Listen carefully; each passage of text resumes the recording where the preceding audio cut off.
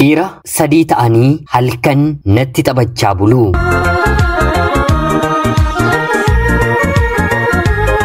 Yeroodhaaf maqaa kiyya himachuun barbaadu kanan dhaladheetti guddadhee Jiituu Magariituu Oromiyaa keessatti barnoota kiyyallee kutaa 1 hanga 12tti maatii koo biratti seeraan baradhee ergan xumuree booda bara sanatti qabxii guddaa galmeessisuu mitiitii kutaa 12ffaa darbuun iyyuu waan ajaa'ibaa raajii bara turetti bara 1990 akka lakkoofsa Itoophiyaatti qabxii guddaa akka aanaa yookiin immoo godinaatti taane akka biyyoolessaatti fideen barnoota fayyaa yookiin immoo meedisiniidhaan yuunivarsiitii Gondar nagahee barachuun eegale.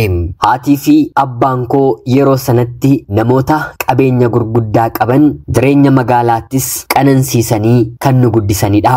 Maarreegaa kanaan otuun yuunivarsiitii Gondar barachaa jiruutii baruma sana carraan iskoolaarshiippii barattoota 24 barnoota fayyaa waliin eegalle keessaa barattoota afuriif biyya hambaa yookiin immoo Ameerikaa deemuun ni argama. Anaanis yuunivarsiitii guddaa akka addunyaalessaatti baay'ee beekamaa fi jaalatamaa ta'e na dhaqqabee sanaafillee haala kannaaf mijeessu namni biyyaa argamee yeroo muraasaatiif isa bira boqodheen sanaan booddee yuunivarsiitii kana seeneen barachuun jalqabe.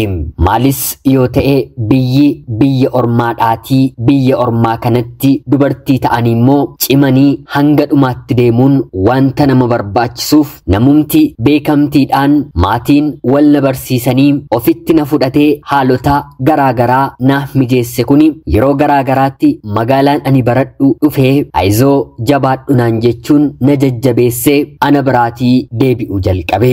Ofii akkanuma barnootaan kana duratti nama cimaa turee fi karaama kanaan mootummaan gara biyya hambaatti ergee barnoota isaa xumuree gara biyyaatti deebi'ee hawaasa isaa tajaajiluu kan qabu haa ta'uutii garuu barnoota sana addaan kutee jireenya gara biraa keessa seenuun hojii biizinasii dhuunfaa isaa irratti sa'aatii sanatti nama bobba'e ture.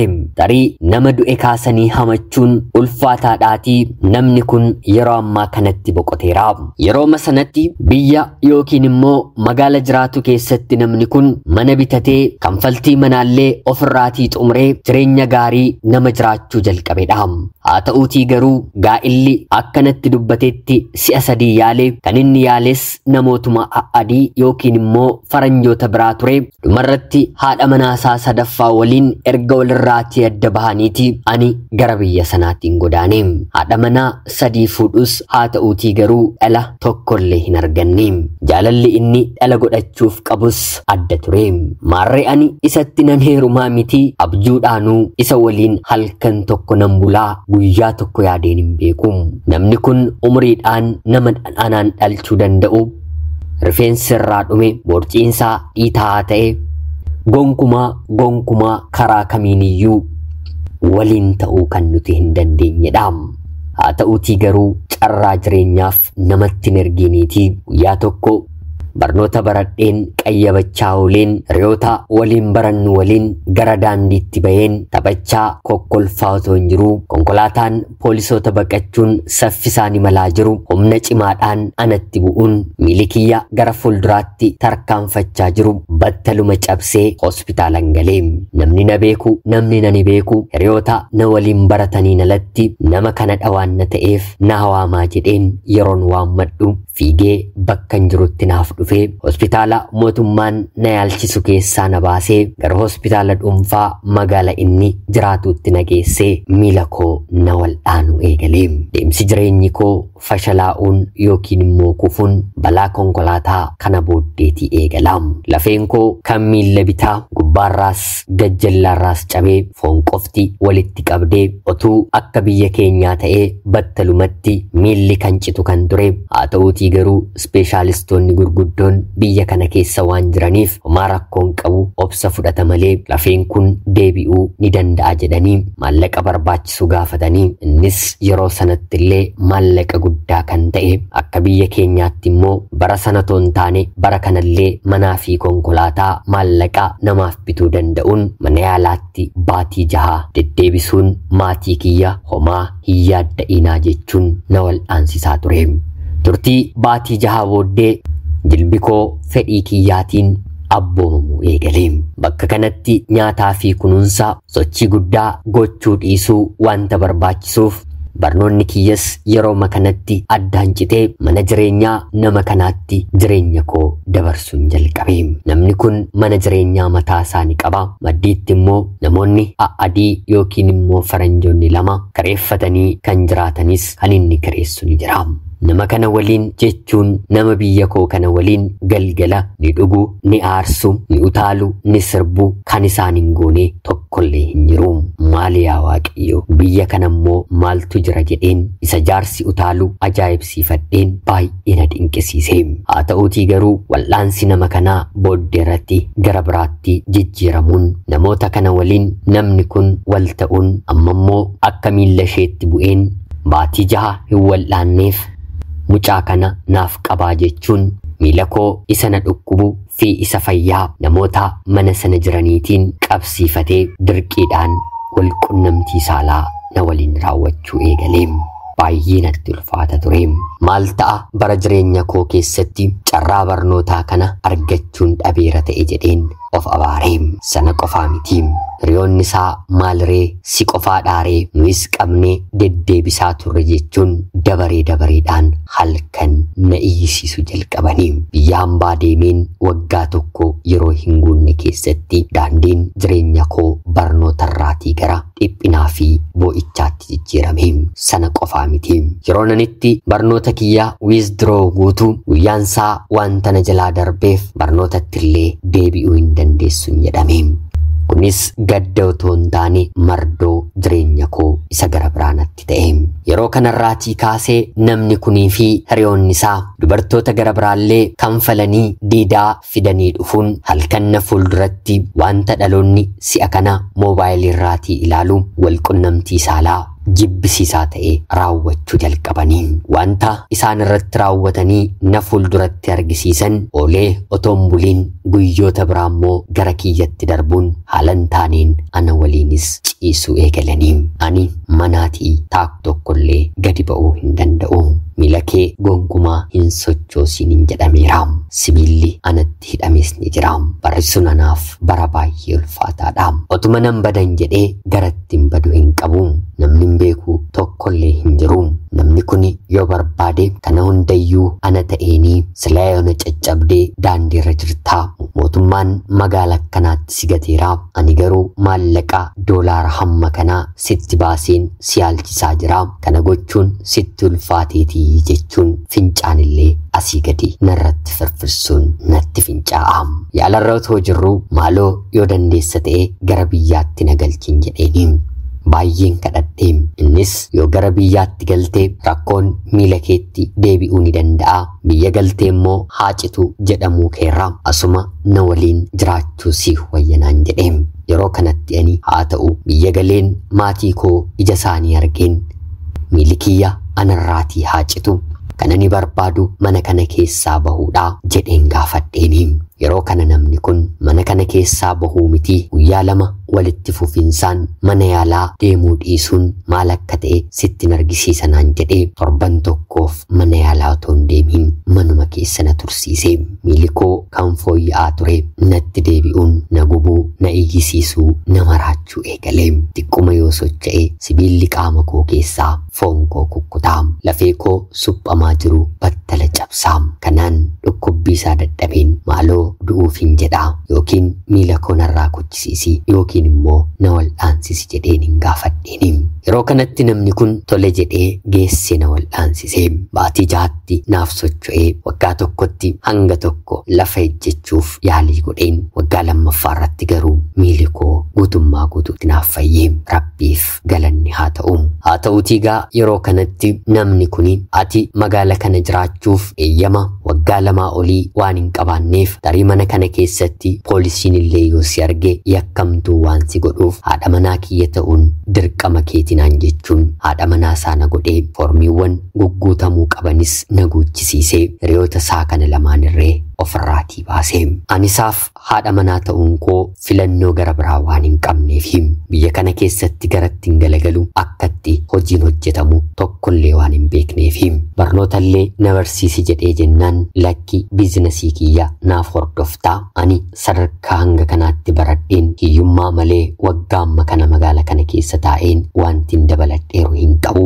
atis daandii kanarra waan deemtuuf kanarra yoo dandeesse naaf dahiitii qabeenya kiyya hundasaa aalii fudhadhu naan jedheem. Abdiin barnootaaf hin qabu ciminni fiigicha koo waggaa 14 olii harka nama kanaatti daaraa ta'eem. Anis otoon jaallatiin haadha manaasaan ta'eem. Maatii koof maallaqa kutee haga ta'een ergaafi isaanis akkananii jireenya gaarii jiraachaa jiruu fi fayyaan koo guutummaa guutuutti naaf deebi'eetti yaadanii anarraatii waa ta'ellee eeguu jalqabanii. Maaliin isinitti himaa turtii kana keessatti haalli koo guutummaatti jijjiirame. Nama kanaaf nan daha jedheen yaalii godheen haa ta'uutii garuu dahuu hin dandeenye. Xuraa'ummaa ofiif na barsiisee ammallee otoo addaan hin kutiin namni kun yoo barbaade qaama saalaa isaatiin yoo barbaade immoo meeshaatiin yoo barbaade karaa teessuma koo yoo barbaade immoo karaa gara biraatiin akka hin taane nattaasa'uun sammuu koo xureesse. Kanaan turtii waggaa 7 mana isaa keessaa baheen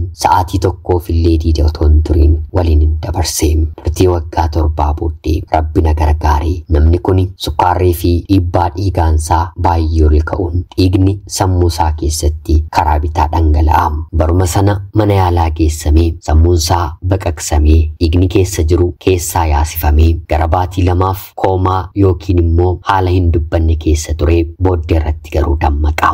Yeroo dammaqu kanatti ture namoonni sabeekan kanaan booddee namni kun kan horaa hin fakkaatu hundumaafuu jireenya kee balleesseera. Dookumantiiwwan hafan kan gaa'ilaa mallatteessifadhu qabeenya isaas kan dhuunfaa isaarree gara keetti akka jijjiiru taasifadhu. Kanaan ala booddee mootummaan yookiin immoo haati manoonni isaa duraa keessa seenanii si jeequu danda'u jedhanii na gorsanii. Anis takkaafuu jireenyi koo biyya kana keessatti badeera. Bakkattiin abshaalomuu qabutti abshaalomuun qaba jedheen nama kana bakka afaansaa hiikeen dubbannetti dirqiidhaan waraqaa kana nan mallatteessise. Dirqii isiniin jechuun koo niyyuu dirqiidhaan wanta baay'ee na godheera mitiire animmoo dirqiidhaan bakka isa dhukkubuu danda'u tuquun waraqaa kana nan mallatteessifachiise. Kanaan waan hundumtuu naaf xumurame. Tarii si'a kanatti dammaquunsaa rabbumatu qabeenya isaa kan koo gochuuf jedheeti malee erga boqotee yookiin immoo erga du'ee tureera. Naaf mallatteessee waan hundumayyuu xumureen guyyaa 2 booda otuman taa'uu ijji isaa gaggaragaluuf jennaan ambulaansii waameen gara hospitaalaatti fudhee deeme. Yeroo kanatti si'a lammataatiif dhiigni gara sammuu isaatti dhangala'ee qaamni isaa guutuun karaa tokkoon ija isaa, funyaan isaa, sammuu isaa, mangaagaa isaa, gurra isaa, harka isaa, miila isaa dabalatee hojjechuu ni dhaaba. Namni kun waggaa 2 anaatiin dhukkubsachiise mitiire otoo natti taphatu animmoo waggaa 3 isa dhukkubsachiise. Turtii waggaa 3 kana keessatti dubbatee hin beeku. Qabeenya guddaa biizinasii gaarii qaba. Hayyoota bebbeekamoo biyya kanaa waliin illee hojjeteera. Hojjechuu qofa utuu hin taane maqaansaa bakka gurguddaatti illee barraa'eera. Dhiidatti kanaan haa beekamu malee manatti garuu namni kun anaaf bineensadha. Waggaa 3 mataa kiyyaan otoo hin taane qabeenya isaa to'achuun nama qacareefiin ergan dhukkubsachiisee booda halkan tokko lubbuun isaa baate. Qabeenyi isaa guutuun mana dabalatee kan koo ta'anii firoottan isaarraallee adda citeera. Yeroo ta'e qofa obboleessi isaa boqotee jennaan gara biyyaatti galee sanuu maatii isaa guutuu waliin walitti bu'ee akka isaan irraatii adda cite ni haasa'a. Maarreegaa qofaa koo qabeenya guddaatti darbeen jiraachuu jireenya eegalee. Qabeenyi kun guddaa waan na ta'eef sa'aatii koo guutuu 24 umurii waggaa 33 haga 42tti waggaa 9 guutuu qabeenya kana ergan bulchee booda maatii koo haadhaa fi abbaa koo akkanumallee ijoollee obboloota koo 2 obbolaa koodha jedheen gara biyya Ameerikaatti fidadheen jiraachisuu danda'eeraam. Jireenyi isaaniif hin eegales jireenya bareedaa tureem. Haa ta'uutii garuu haatii fi abbaan koo waggaa 2 erga jiraatanii booda jireenya biyya kanaa jiraachuun itti ulfaateem. Haalli fi aadaan duudhaan biyya isaaniitii ollaa fi fira waliin baran biyya kanatti akka isaan jaallatan ta'uu fi waan dideef gara biyyaatti deebi'anii. Abbaan koo waggaa 4 dura dhukkubsatee addunyaa kanarraatii boqoteem. Amma haadha kiyyaa fi obboloota kootu jiraam. Isaaniif magaalaa Finfinneetti mana bareedaa appaartaamaa bibbiteefiin jireenya qananii akka isaan jiraataniif hanga humna koo hundumaa godheeraam. Waggaa 9 mataa kiyyaatiin ergan hogganee maatii kiyyaafis kana hundumaa ergan godhee booddee garuu jireenyin ani jiraachaa jiru jireenya sobaa fi gatiin qabne ta'uu naaf galaa dhufeem. Kanaaf immoo sababa kanatti ta'e gaa'ela sirrii fi ijoollee dhabuu kiyyadhaam. Yeroo turtii waggaa 9 kanatti hojiin humtuu dhuunfaa isaatiin hogganuun qabeenyi ol bu'uu fi gadi bu'uun wanta nama maraachuuf dhugaatiiwwan garaagaraa qaalii ta'an biyya Ameerikaa keessaa fi dhiirota garaagaraa waliin akka abbaan manaan koo hiriyoota isaa waliin wal na barsiisetti waliin bahuu yookiin immoo ciisuu amaleeffadheeraam. Kaleessa abbaa manaa keetu si dirqisiisee har'ammoo maaliif mataa keetiin kana raawwatta yoonaan jettan fedhii kiyyaan isaa ta'u jaalatameen erga abbaan manaan koo boqotee booda dhiira waliin yeroon ciisu karaan uumamaa anaatiin hin gammachiisu. Kan ani barbaadu karaa ittiin abbaan manaan koo fi hiriyoonni isaa natti taphachaa turanidha. Haala kana keessan dabarseem haala kana keessan tureem homaa cubbuu ta'e natiin mul'anneem. Ijoollee ana waliin iskoolaarshiippii dhufanii barnoota eegalanii keessaa tokko turtii yeroo dheeraa booddee ijaan isaa argeen. Haa ta'uutii garuu bakki nan isatti arge bakka itti namoonni sammuu isaanii dhaban mootummaan walitti qabee gargaaruttidha. Baay'een gaddeem. Taree anumtuu carraa kana keessaa tokko na dhaqqabuu danda'a ture. Ammumayyuu kanarraa hafuu koof rabbiif haa galatu. Haa ta'uutii garuu amma maalirra jira jedheen yeroo sanarraatii kaasee of gaafachuun eegaleem. Jireenyi koo duwwaadhaam. Maallaqa yookiin immoo doolaara qofatu guuteem. Warreen ani waliin barachaan ture ijoolleen isaanii gurguddatanii kutaa 2 kutaa 3 akka gahan maatiin koo nattaasa'uun ani garuu umrii waggaa 42 ta'een abbaa manaas ta'e dhala hin qabu gogduun ta'eem. Kanaan nattaafu jedheen gara biyyaatti deebi'een tarii sa'aatii sanatti umriidhaan nama daalutti cidha maallaqa mataa kiyyaan qopheesseen kolfaa fi gammachuun bakka bitaa namatti galutti veeloo uffadheen gaa'ela raawwatadheem. Haa ta'uutii garuu dhalli gadameessa koo keessatti uumamuu didee deebiseen gara biyya Ameerikaatti maleen jireenya hiika hin qabne gammachuun keessan jirre bahanii galanii hojjettoota na jalatti hojjetanii qofa to'achuu ta'e hojjechaa jiraachaan jiraam. Tarii seenaa koo gadi keessa bu'een hin haasofneen ta'am. Haa ta'uutii garuu dhaamsinani dhaloota kanaaf hin qabu. Warreen gara biyya Ameerikaa dhufuus ta'e biyya hambaa deemuu akka ajaa'ibaatti yaaddan kan isin jiraattan biyya lafaa kanarra jireenyuma tokko waan ta'eef baay'ee yaaduu baay'ee dhama'uu baay'ee dhiphachuu dhiisaatii achuma biyya keessanitti jireenya isiniif ta'e rabbi buddeena isiniif baneen argadhaas dhabaas umurii jaallachuu qabdanitti jaalladhaatii umurii immoo gaa'ela dhaabbachuu qabdanitti gaa'ela dhaabbadhaatii ilmaaniin eebbifamaatii jiraadhaa isiniin jechuun barbaadaam. Ijoollummaa kootii kaasee xiyyeeffannoon koo barnootarra dhawaan ta'eef sekendii tokkoof jireenya jaalalaa umurii koo keessatti dabarseen hin beeku. Barnoota koo xumureen gaa'elattiin seena yookiin immoo jireenya akkanaattiin ce'a jedheen karoorfadhus haa ta'uutii garuu haalli akka nuti yaannetti otoo hin taane uumamnii fi uumaan karaa irra nu deemsisteeniin hin goyyominaam. Namni biyya hambaa deeme nama biyya jirurraatii cubbuu addaa bare yookiin immoo shaakale kan mataa isaatii ni qabaam. Namni biyya jiru garuu akka haatiif abbaan keessan obboloota keessan guddisteedhaam. Qulqulluu isaatu jiraam. Takkaa jireenya ani bare bartanii jennaan duubatti deebi'uun baay'ee ulfaataadhaam. Sanarraa immoo darbee yeroo tokko maallaqa jireenya nama tokko jijjiiruu danda'uutiin qoricha biteen liqimsaam. Qaama kiyya baqaqseen hodhisiisaam. Kun hunduu cubbuunanii biyya ormaatti horadhedhaam. Jireenyi wanta hamma kanatti fiiganii fi waan addaa ta'e tokko of keessaatii hin qabdu. Yoo tolle yookiin immoo eebbifamne jireenyuma haatiif abbaan keenya jiraanne irra deebineeti jiraannaam. Ani garuu kana gochuufillee carraa hin arganne. Wanta haatiif abbaan koo jiraataniin olitti jiraachuuf fiigaan ture. Kan ani jiraadhe garuu kan namaan gadiiti. Umrii koo malee haala hin taaneen, jireenya hin taaneen, aadaa fi safuu hin beekneen gudeedamaan ture. Bakkan dhukkubsadhetti bakka lafee miilla koo sochoosuu hin dandeenye irratti ilmi dhiiraa nadhaanuutiin jireenya koo balleesse. Karaa namni seera qabeessaan waliin ciisu otoo hin taane karaa uumamnii fi uumaan hin eeyyamneen isaan waliin ciisaan ture. Booddee irratti anis sana malee yeroon ilmoo dhiiraa waliin ciisu gammachuun dhabe. Kana gochuuf immoo maallaqa gurguddaa kanfaleen miira kiyya daqiiqaa muraasaa gammachiisuutiif umrii koo kana keessatti waa hedduu dabarseera. Haa ta'uutii garuu har'a hundumti kunneen iyyuu na harkan jiranii. An harka duwwaa koodha. Nan hojjedha. Har'as qabeenya maallaqaan otoo hin taane kan abbaa manaa kiyya irraatiin dhaale doolaara miiliyoonaan lakkaa'amu nan qaba. Haa ta'uutii garuu maal akkan godhu gaafan du'u eenyuun akkan dhaalchisu Rabbi qofaatu beeka. Kana hunda qabaadheen biyya kana keessatti haala namoonni hedduun na kabajaniin jiraachuu koorra kan ani filadhu ture. Baadiyyaa mana kootti galeen gaa'ilaan otoo hin taane manatti daheen ilma abbaan qabne guddisaa arrabsameen abaarameen otoo hin jiraadheera ta'ee baay'ee natti tola. Biyya kana jiraachuurra abaarsa haadhaaf abbaa yookiin immoo akkoof akaakayyuutu bareedaadha. Ani hamman dubbadhuu danda'uun afaan isiniif galuun dubbadheera. Isin immoo keessumaa biyya hambaa jiraachuu, biyya hambaatti baqachuu, biyya hambaatti qabeenya godhachuu, jireenya biyya hambaa feetan seenaan koo barnoota isiniif haa ta'u. Ani obboleettii keessan biyya hambaarraatii ulfaadhaa nagayaatti galatoomaa.